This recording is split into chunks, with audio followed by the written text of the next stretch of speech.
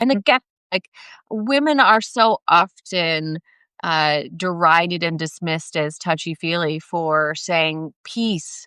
Peace is not easy. Peace is not simple. Peace is a full-time, like, It's active. It's not just out knockdown battle. And absolutely, absolutely, absolutely, well, look at nonviolence is not without violence. absolutely. Nonviolence met with violence. Look at Alice Paul and the suffragists. Look at Mahatma Gandhi and Nehru. They all suffered violence. I mean, it is a very uh, uh, um, difficult thing And to. it's also not without, I mean, we will disagree. We have different positions. People, it's about managing your disagreements. It's not about having no disagreements. So, Right.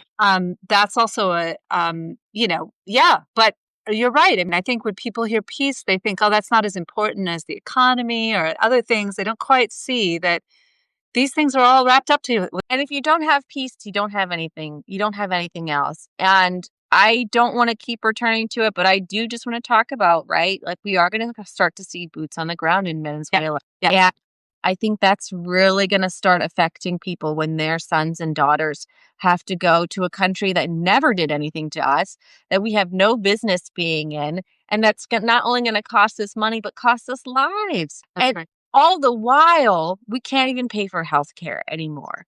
And That's right. not only, I want to go back to this idea of someone, a high profile figure needs to organize this. And maybe I'm wrong. And please let us know in the comments if you think I'm wrong. I would kind of like to be wrong on this point. But, you know, we, more than any other time since, I would say, 1970, we have an opportunity to make peace popular. But Yes, it's done before the war, the begin. global war escalates. You're absolutely right. Which is like we're talking about this week, guys. Like, yeah, we're not talking about like this year. We're talking about right now. Yeah. And I think the other thing is, it needs to be both a very U.S.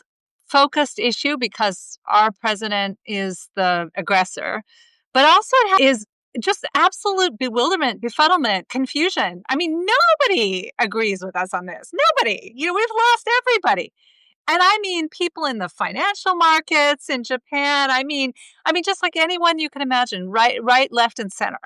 Yeah. And so I think the other thing that feminism brings is this idea of solidarity. I love, I don't know if you know Christine Ahn. She and I did a live together a while ago, but she's got this movement called Women Cross CMZ, and she had all these amazing, Gloria Steinem and all these high profile women march across the DMZ. And the point of it was to say, as women, we don't care about all this fights between these leaders. You are women who are starving, and we care about you, and we can work this out. And I think that's another thing is, can we connect with women on the other side of this conflict and sort of elevate their stories too?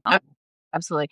And I just want to point out two things. One of my favorite speeches was given by Frances Harper, who was a Black suffragist in 1866 at the first suffragist conference after the Civil War in New York City. And the title of her speech is "We Are All Bound Up Together." And it's about why solidarity between all women and all people is important to accomplishing our common goals, which seems quite obvious. And yet it is a radical idea and one that we need to embrace. And then secondly, I want to go back to what you were saying about how women don't care about, are more interested in each other's well-being than in what the leaders are doing in boardrooms. My first book was about Dickie Chappelle, who was a combat photographer.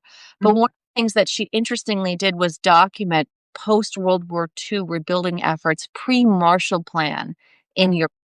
And this was a brutal time.